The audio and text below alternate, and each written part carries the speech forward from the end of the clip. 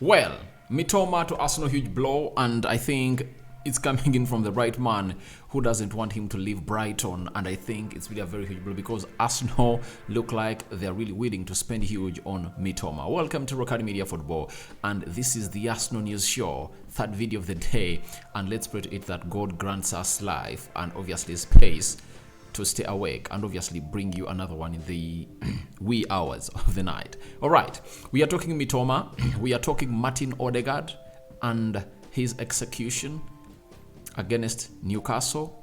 Alan Shearer's gone ahead and really issued lots of reports on this guy and has gone ahead to really commend him in all angles of the game. And lastly, Jorginho is really going to be one of the big headlines we are talking about this video. People like Mikel Arteta calling him exceptional and why he put him ahead of Thomas Partey for the second game in a row. Then Jamin Differ's gone ahead and really issued something concerning Jorginho and very many others, and we're here to bring you what they've gone ahead to say about this 31-year-old player that Arsenal signed from Chelsea on £12 million in the January transfer window. Now, let's do a little bit of Mitoma. This is De Zerbi. De Zerbi is the manager of De Zerbi is the manager of Brighton. He has said Mitoma needs to stay here one more year. From him and for us, I want Joel Veltman to stay with us next season because it's not only for me but for the rest of the club. So Fabrizio Romano has gone ahead to really get us that quote. And where does it leave Arsenal? You know, Arsenal is the team that is really crazy about Mitoma. I understand that if they go ahead and really sign Mitoma, they will be in a very much perfect position of not signing a centre forward because they know that Trossard and Jesus plus Nketiah can get that done. You never know they can even bring back Balogun, but that's really tricky because Balogun looks like he's having huge requests from the team of Arsenal, and Mikel Arteta doesn't want egoistic players into his team, and we might find ourselves really sold. Let's be factual about Mitoma. Mitoma is a very good player, according to me. Very good player, and I've seen him really do lots of stuff into the game of football. He's really so much talented, and I think no team in the top tier wouldn't like him. Arsenal, Man City, Manchester United, Spurs, Newcastle, Chelsea, Liverpool, all those 7 teams will be wanting to sign the player, and we've seen lots of stories linking them to this player. But Arsenal is the most huge team that has gone ahead to always send scouts to Amnex every time this player has been playing the game of football, and they've always come out on several occasions and called him to go ahead and redo the needful for the team of Arsenal. And with Arsenal having a very good relationship with Brighton, you understand that they might find themselves in a position of not really letting this player slip out of their hands because they know how good he has. And all of the players they've gone ahead to sign from Brighton have gone ahead to really thrive at Arsenal. Ben White is really doing wonders. Trossard, for him, miracles just, you know, he's doing miracles. And if at all they get Mitoma, they'll be really into the queue of really making it to 3 players they've gone to get out of Brighton. And remember, it's not only Mitoma they're in for, but they also want the other player called Moise Caicedo, whom they failed to really go out and sign into the summer transfer. When you look at Mitoma, his age really fits the profile of Arsenal as Mikel Arteta wants. He's 25 years of age. That is Mitoma, and that is his peak, according to me. He's in his prime, and Mikel Arteta wants him here as soon as possible. This season, Mitoma's gonna have to play 28 games, 7 goals scored, and 4 assists. That is Mitoma for you. And I think with the remaining 4 games they're left with, though today they really suffered a loss of 5-1 against Everton, unbelievable, but I think they'll really rise back, and I think over the weekend they are going to play Arsenal. So Mitoma is going to find himself play at Emirates, I think for the very first time. Did he play in the Carabao Cup? But in the Premier League, this is going to be the very first time Mitoma faces Arsenal, and Arsenal is going to face the wrath of this lad. He's really skilled, you know. He skips past defenders easily, and I think there is only one fullback that's gone ahead to give him hard time. That is Aaron Wan-Bissaka, and Mitoma came out in the media and really said that Aaron Wan-Bissaka is really hard to beat and gave him hard time when he faced him. But you really put Ben White into prayers because Mitoma might really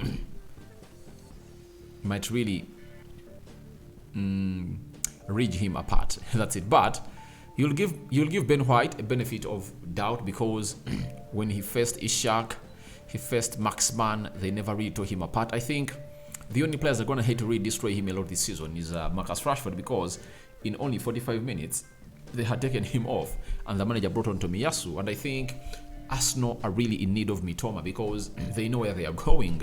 If you're having Martinelli and Mitoma battling up for that spot, I think it really gives Arsenal a very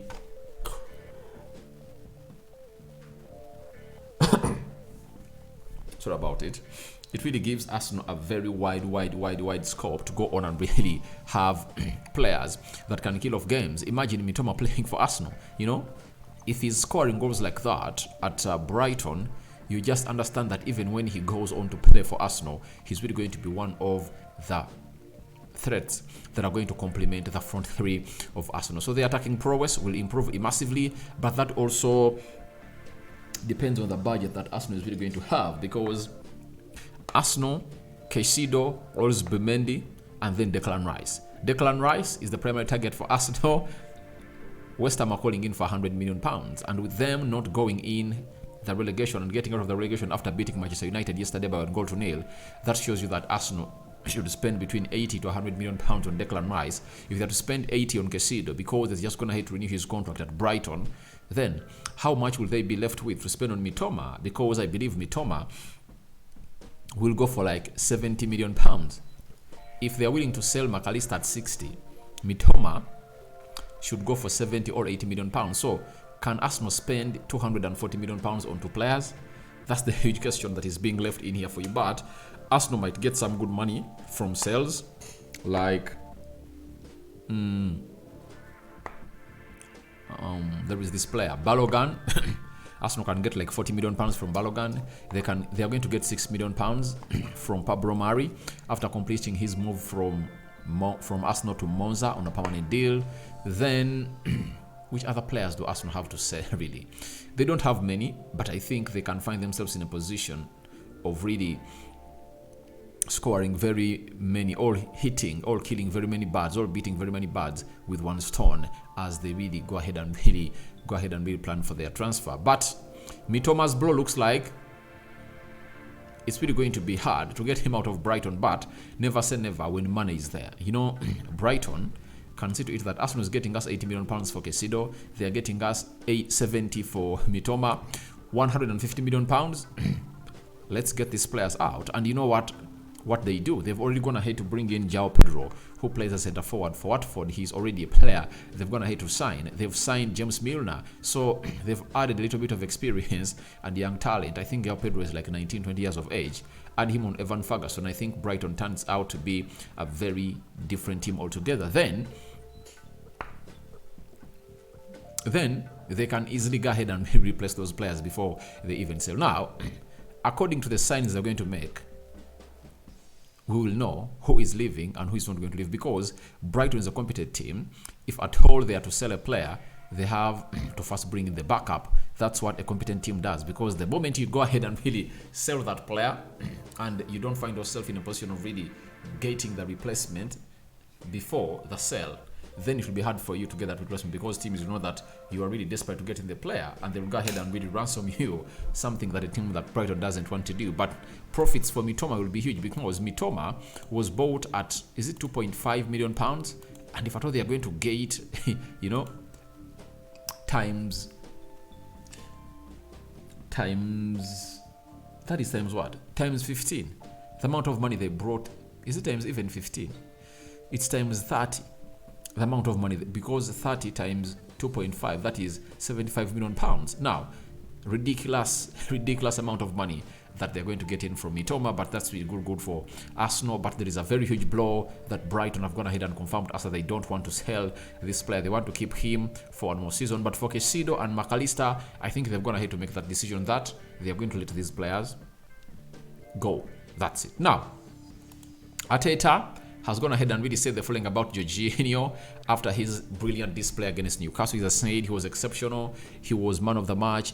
There was question marks because it was going to be really physical. If you don't want to go physically, again, physicality. If you don't want to go physically against physicality, you have no chance to win the game. So we had to try something different. We understood the game really very well. He's really an intelligent player.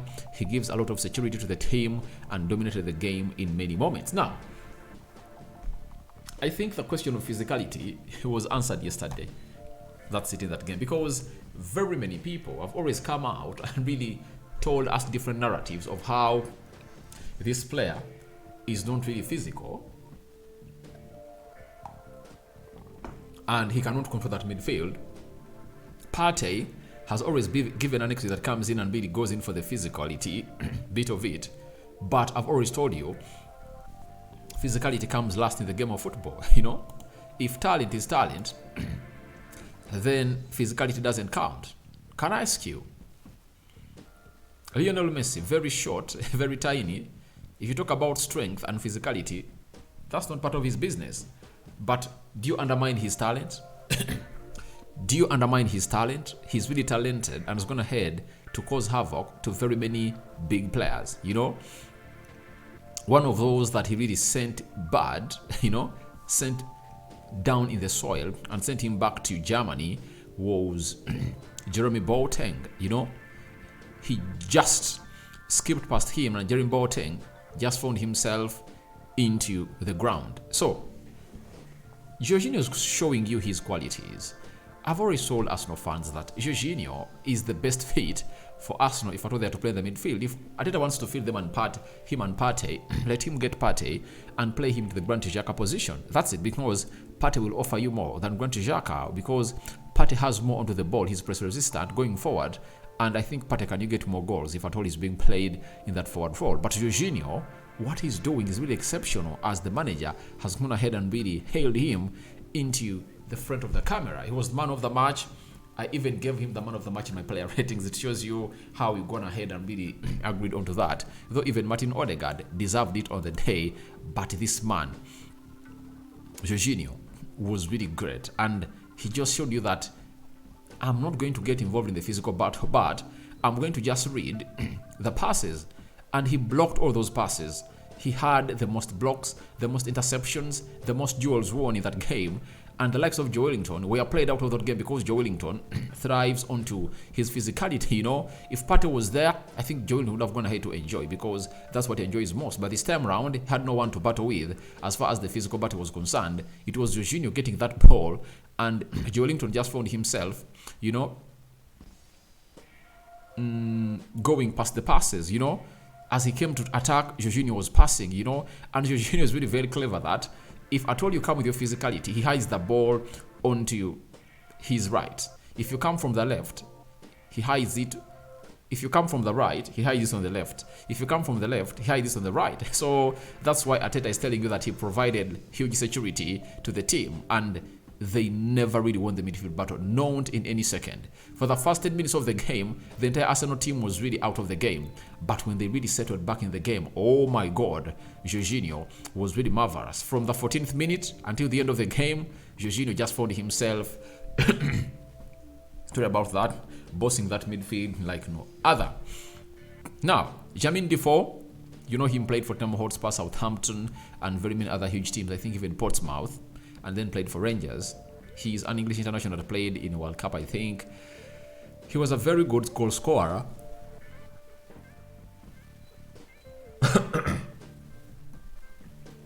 He was a very good goal scorer, and he's going to let us know that. I mean, he was fantastic today, probably man of the match. To be honest, I think that sort of performance goes under the radar. People don't really appreciate that sort of performance in terms of touches and passes, not just playing sideways and backwards, being effective with your passes, passing with a purpose. When you look at that, when you look at the stats, energy levels, distance covered, I thought he was really good today. He's a key player. He's got his chance, and he's definitely taken it. And these people just look like Jorginho just gonna hate to play this game only. But Jorginho played well. those games when Thomas Partey was injured. Against Man City, though the game never ended in favor of Arsenal, but they really played very well. Jorginho controlled that midfield very well. Against Aston Villa, he even contributed to the goals that Arsenal scored. You know, Arsenal was 2 goals down and they found themselves really getting back. Then against Leicester City was really pivotal. Then he played, there is a game he played again. I think it was was it Everton? So he played close to 4 games, looked great. And every time they brought him on, he really looked good and he really just had the best to offer for this team of Arsenal. So I think these people have not gone ahead to really give him attention, but because he was playing one of the big teams, that is Newcastle, and all eyes were onto that midfield, and I know people had already prepared their tweets and created them to go ahead and really criticize Arteta for not fielding Thomas Partey if at all Arsenal lost to Newcastle. But see how the player they are planning to go on and criticize on for the manager comes out and obviously becomes the man of the match, and all of them are shy and they've gone ahead to erase those tweets. And trust me, it's going to be hard for Thomas Partey to get back into this Arsenal system, into this Arsenal team, because he's the reason as to why Arsenal is out of the title race. Jorginho has gone ahead to give you what we call a real backup for this Arsenal side. Now, let's discuss a little bit of Martin Odegaard. Alan Shearer via the Premier League say the following: you have to also give credit to Arsenal. They stopped Newcastle's midfield. It has been such a huge part of what they do and how they operate. They stopped Bruno Guimaraes from playing. We said before, again, so much of what Newcastle do well comes through him, and he didn't have the best of the game. But it's because of the way Arsenal stopped him. And guess who was responsible for stopping him? That role was shared by Odegaard and Grant Xhaka. Whoever found himself in positions of really going ahead and really running over him and really putting pressure over him went ahead to do that. And I think Odegaard was really one of those players that really shone on the day, and he really looked flawless into that game, and I really like the player. You know, I've always told people that I support Manchester United, but if at all you tell me to exchange Bruno for Odegaard, I tell you I exchange Bruno for Odegaard. Do you know why? Was Bruno playing at this level at the age of 23, 24 years? No, you know.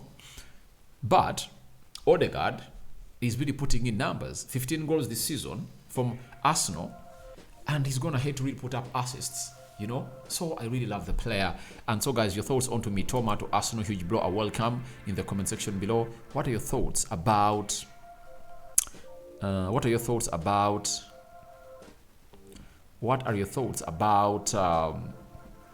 Jorginho, Mikel Arteta referring to him as exceptional, and Martin Odegaard being the talk of town after that win over Newcastle? I cover you all in the precious blood of Jesus Christ. We're returning with the last thought of the day, and good night those going to bed, and those still awake. Content is still coming in through my Muslim friends. May Allah reward you abundantly. I'm out.